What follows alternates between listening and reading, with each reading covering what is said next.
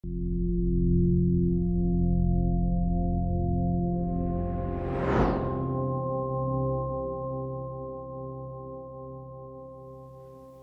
how do we lead businesses consciously? I'm going to argue today that the answer to this question has great implications not only for how we run our businesses, but also how we live our lives and what possible future humanity can expect. But it all starts with a very, very simple question. Just let's do a thought experiment.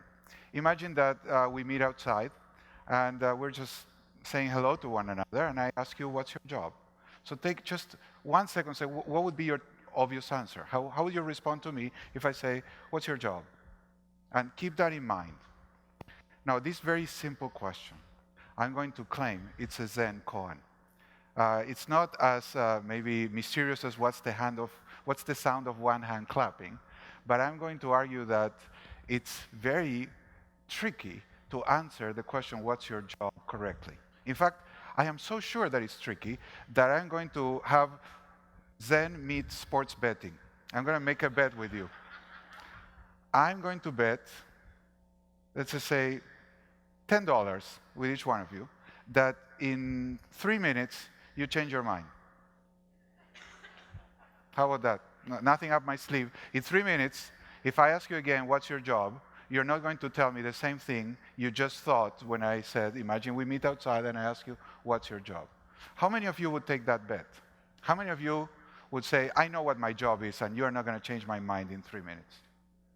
About maybe 2% of you? I mean, is that the confidence you have in your own opinion about your job? Like, oh my God, this is... Okay, typically when I say this to normal people in business, everybody raises their hand. So it's okay. So you're a little more conscious, and you know there's something that's not so obvious about this question. But okay, we're not going to bet then. But let's keep the sports metaphor, and I'll use soccer. I'm from Argentina, so I have to use soccer. Imagine you're a defensive player, and I ask you, what's your job? What would be your answer? Somebody knows what the answer is, but most people, what would you say? Stop the goals. That's what a goalie does. That's what every defensive player thinks that they have to do. If you're an offensive player, you score. That's what people say all the time. So my job is what I'm trying to do. That's my job. Now, what's the goal of the team? To win. What's the job then of every member of the team? To help the team win. Now, this is stunningly shocking for most people, because they really think that the job of the water boy is to bring water. That's not the job of the water boy. What's the job of the water boy? To win, to help the team win. Everybody in the team has the same job. The first and foremost, the most important job is to help the team win. You agree with this? Okay, so now let's go back to business.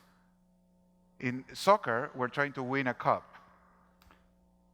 In business, we're trying to do something different. But if I ask any programmer at LinkedIn, what's your job? What do you imagine the programmer would tell me? To program, to code. So you're a code head, you code. That's what you do. If you're a salesperson, what's your job? To sell. Now, what's the job of any, let's just say, a for-profit company? How does a for-profit company win, at least in our economy? To make money today and in the future. That's the job, economic value added. So again, I want to claim that mindfulness is not separate from economic science. It cannot be. There's only one world. So it cannot be that economics and mindfulness don't agree. They have to agree. So we are trying to create economic value for the organization and for society. In the case of LinkedIn, however, and any particular company, the creation of economic value is not the question. That's how you win. The question is, how are you going to create economic value? And every company has a mission that it's trying to accomplish. So the purpose or the mission is the way in which a company is trying to add economic value. So everybody wants to make money today and in the future. We have to create value, but the question is how. In the case of LinkedIn, our mission is to connect the world's professionals to make them more productive and successful. So if I ask, what is the job of every single person at LinkedIn? How should everybody answer? Contribute to connect the world's professionals to make them more productive and successful, and do it in a profitable way. That's what we do. We want to do it in an efficient way. We want to do it in an economically intelligent way, but this is what we're there to do. And whether you're in sales, or you're a programmer, or you're in finance, or you're in HR, or you're in engineering, it doesn't matter. It's all of us have the same job. We have different roles, but your role is not your job. Your role is different than your job. And the problem is that most of us unconsciously identify our roles with our jobs. We think that that's what we're there to do. We're there to do our roles, and that is not true. We're there to do our jobs, and our job is to contribute to making the team win. Now, it's about maybe 4 minutes. What was your job again? How many of you had said, my job is to contribute to my company accomplishing its mission with effectiveness and integrity? That's not what people normally answer. Now, I'll give you the bet. I mean, there's maybe a few people here, but there's a lot more people who are not here. So you can go out and make a ton of money just betting with people. Yeah. I bet that in 30 seconds, I'll make you change your opinion of what your job is. And just ask them, what's the job of the goalie? It's a simple question. I mean, you don't have to explain all this. What's the job of the goalie? They'll say to stop the goals. Say, no, you're wrong. I want to bet? I'll bet you $100 and that the job of the goalie is not to stop goals. And you'll win, because they'll recognize that the true job of the goalie is to help the team win, not to stop the goals. They help the team win by, most of the time, stopping goals. But sometimes goalies have tied games by going forward and jumping and scoring a goal in the last minute. That has happened before. So now comes the bad news, and that's that doing your job may be hazardous to your career. And this is really where the Zen koan becomes tricky, because this will destroy the world. If we are not conscious about this, if we don't learn how to solve this problem, we are in for a lot of trouble. Now, there are two theories in economics that say exactly the opposite thing. And there's no integrated theory. And these two theories are creating such stress that they are literally destroying the world of organizations. And I guarantee if you work in a successful company and your company dies, goes bankrupt, it will be because of this problem. This is the number one killer of successful organizations. Unsuccessful organizations die for many reasons, but all successful organizations that stop being successful do so for the same reason. And the reason is because of the stress of these two theories in economics and the inability of the leaders of the company, and therefore everybody else in the company, to resolve this dilemma. So when we work unconsciously, we are unable to realize the full potential of an organization. One theory is the theory of nonlinear optimization. And this theory says, if you want to do the best for the whole, you can't do the best for any part. So if you want the team to play as best as possible, you can't have any part of the team optimize whatever they're doing. So if you're playing defense, you have to subordinate the objective of the defense to the objective of the team, which is to win. So sometimes the defense has to take more risk in order to allow the team to win. And the same with the offense. So nonlinear optimization tells you, don't do the best for the whole. For the part, do the best for the whole. And then you have another theory, which is the theory of incentives. And the theory of incentives says that if you want to incentivize people, you have to pay them for what they do. So you have to condition their incentives to the performance of their subsystem. So one theory of economics says, do the best for the whole. And another theory says, just reward people for doing the best for their part. Just imagine what that creates. If you work in a company, I'm sure you've experienced this, that people try to do the best for their organization, but not for the large organization as a whole. This destroys organizations. So just let's go back to the soccer team.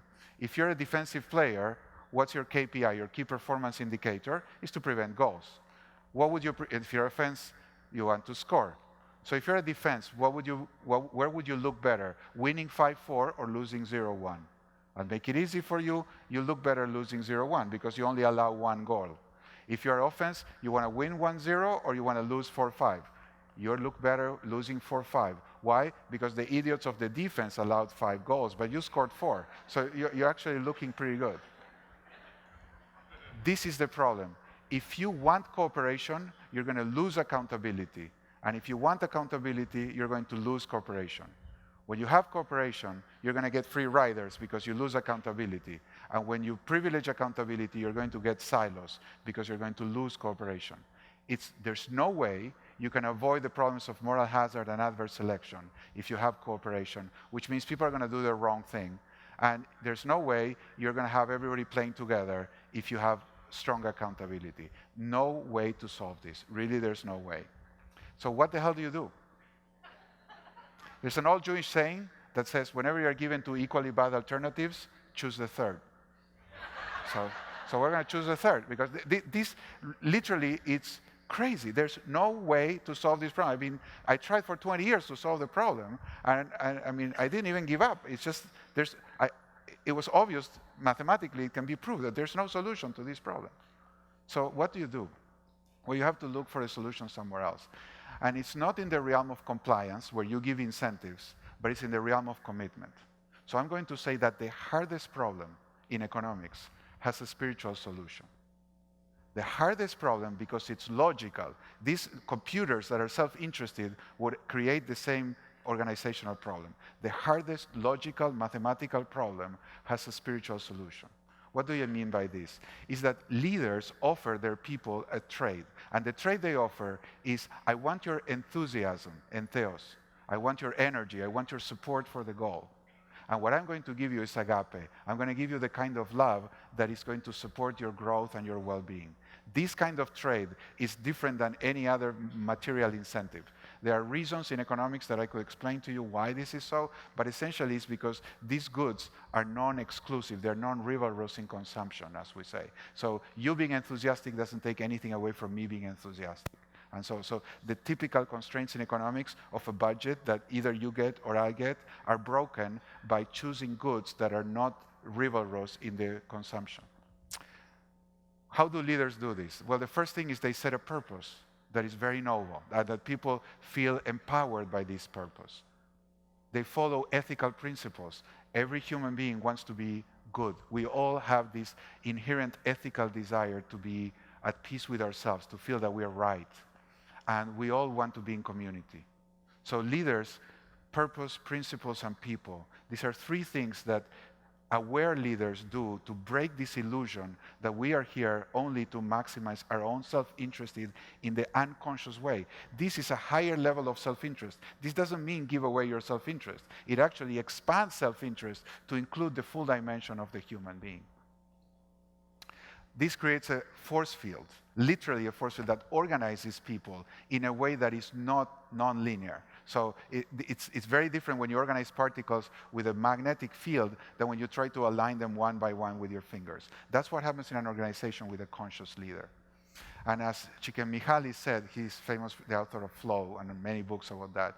If a leader demonstrates that his purpose is noble, that the work will enable people to connect with something larger and more permanent than their material existence, people will give the best of themselves to the enterprise. Now, this sounds beautiful. This is the notion of purpose. But there's a problem with this.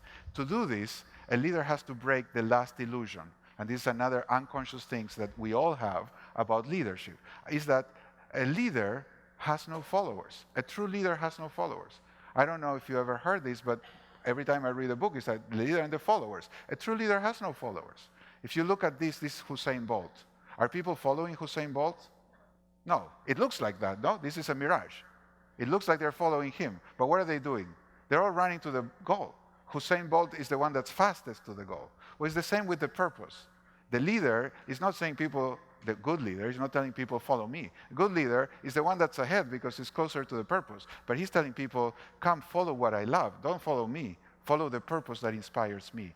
So a good leader has to become transparent, has to get rid of this ego drive to say, follow me. There's infinite research about what I'm telling you. I didn't invent this. There's so much research that it's almost obscene. And yet, nobody does it. This is like saying, smoking is bad for you. Who doesn't know smoking is bad for you? Well, why are there millions of people that still smoke? Well, there's a problem here, because telling people that smoking is bad for you doesn't seem to solve the problem. So what the hell do? Because we can keep talking about mindful leadership forever, talking about mindful organization, wisdom, compassion, I mean, all the things I dearly love, and nothing changes. Well, the question is why? Why doesn't it change? And there's the ultimate unconscious belief we all have that I think makes it absolutely impossible for this to work. And that is the fear that each one of us is a black hole. I'm a black hole. I need to get something from the outside to be happy. I need to fill myself up. And like every black hole, I'll suck everything into me, and it will never be enough. I'll always be dark, black, and empty inside. How do we change this? Well, it's a totally different thing when you live inside out. Instead of living outside in, saying, how much can I grab? You realize who you are, and you live inside out, and you say, how much can I give? How much can I offer? There's an infinite flow of energy coming from my being, and I want to offer it. I want to just shine. Why does a bird sing? I don't know, but I'm sure the bird is not singing to get something. If you ask the bird, what do you sing? It's like, I don't know, that's just who I am. So why do we work? I don't know, it's just who I am. I don't work because I'm a black hole that I'm going to die unless I fill myself in with gratification from the outside. I'm an infinite source of energy that is trying to manifest it in the world according to my dharma. So the answer is really to look inside and to find the truth. Now, this is what nobody wants to do. Everybody wants to have the positive psychology, solve the problem, lead other people, do that. But it starts very simply sitting down and noticing what's the truth inside your heart. Are you a black hole? And if you go into that black hole, what do you find? And when you find that infinite source of energy and you lose your fear, then you can start running your business consciously. Thank you very much.